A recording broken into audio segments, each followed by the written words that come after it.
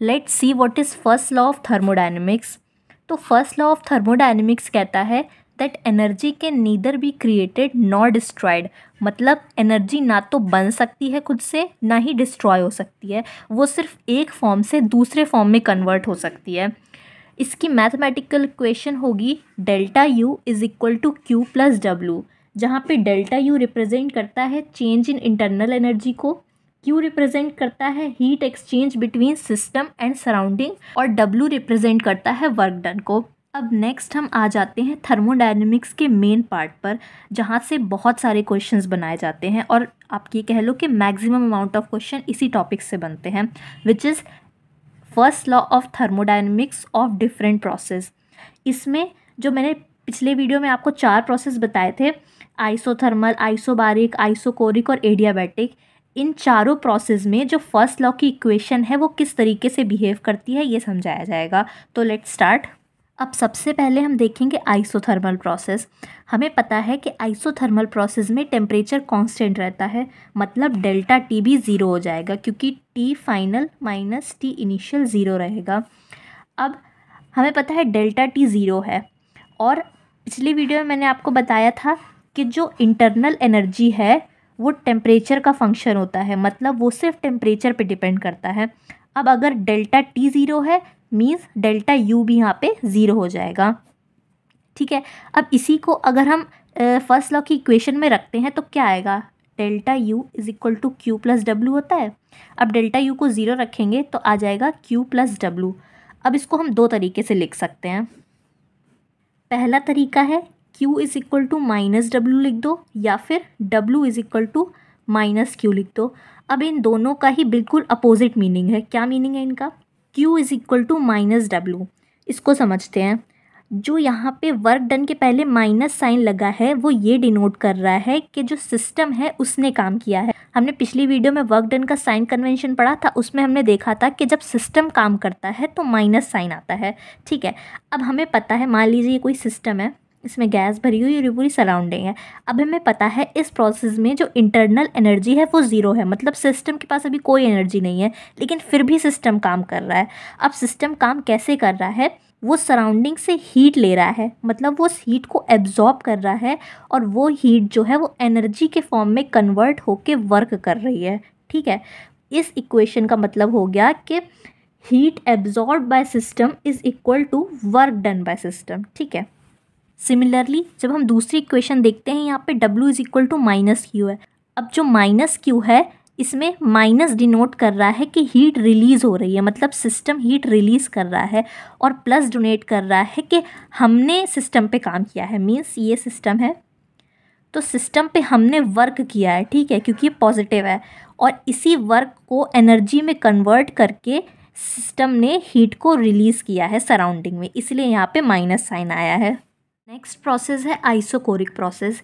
इसमें हमें पता है कि वॉल्यूम कांस्टेंट रहता है, मींस डेल्टा वी यहाँ पे ज़ीरो हो जाता है। अब हमें पता है कि जो वर्क डन है उसका फॉर्मूला होता है Q डेल्टा वी। अब डेल्टा वी ज़ीरो है मींस वर्क डन भी ज़ीरो हो जाएगा। तो इसमें अगर हम फर्स्ट लॉ ऑफ थर्मोडायनेमिक्स की इक्वेशन लिखें तो आ जाएगी delta U is equal to Q plus W, but यहाँ पे वर्क जो है वो ज़ीरो है, तो इक्वेशन आ जाएगी delta U is equal to Q. अब इसमें एक बहुत ही इंपॉर्टेंट पॉइंट आ जाता है कि जब आइसोकोरिक प्रोसेस होता है तो वॉल्यूम कांस्टेंट रहता है, और उस टाइम पे जो Q है वो डेल्टा U के बराबर होता है। लेकिन जब आइसोबारिक प्रोसेस होता है, जब प्रेशर कांस्टेंट रहता है, तो जो Q है वो डेल्टा H के बराबर हो जाता है, ठीक है।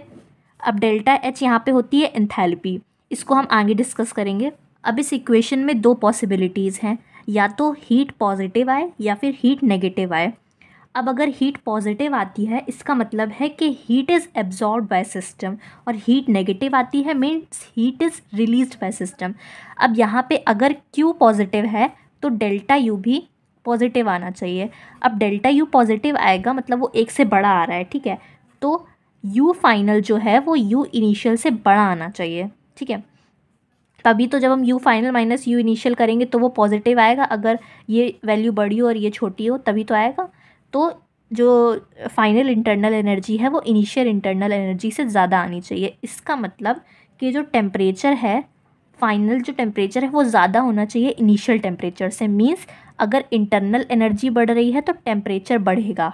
मीन्स जब सिस्टम हीट को एब्जॉर्ब करता है तो सिस्टम का टेम्परेचर बढ़ जाता है। ठीक है, बस इतना बताने की कोशिश की जा रही है यहाँ पे।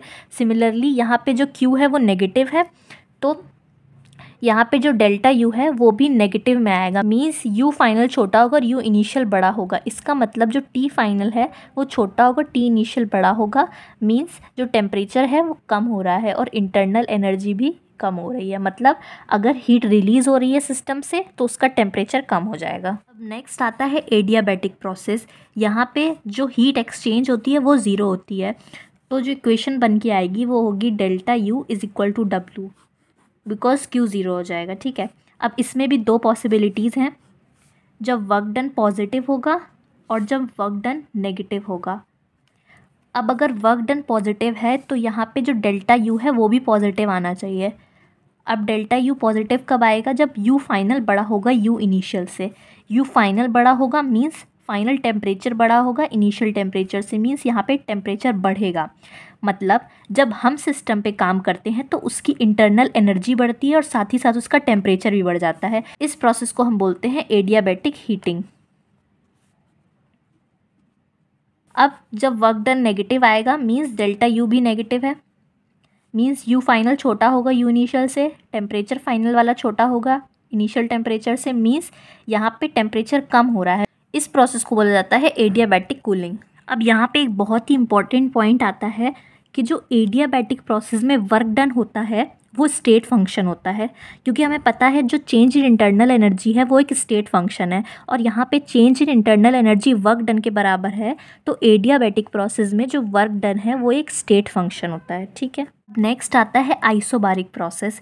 इस प्रोसेस में प्रेशर कांस्टेंट होता है, मतलब डेल्टा P यहाँ पे ज़ीरो हो जाएगा। अब इसको अगर हम फर्स्ट लॉ की इक्वेशन में रखते हैं तो हमारी इक्वेशन कुछ ऐसी आएगी, delta U is equal to heat at constant pressure plus work done. अब इसको हम एक्सपेंड करेंगे तो आ जाएगा डेल्टा U, और पहले हम पढ़ चुके हैं कि कांस्टेंट प्रेशर पे जो हीट है वो डेल्टा H के बराबर हो जाती है, प्लस वर्क डन को हम लिख सकते हैं P डेल्टा V।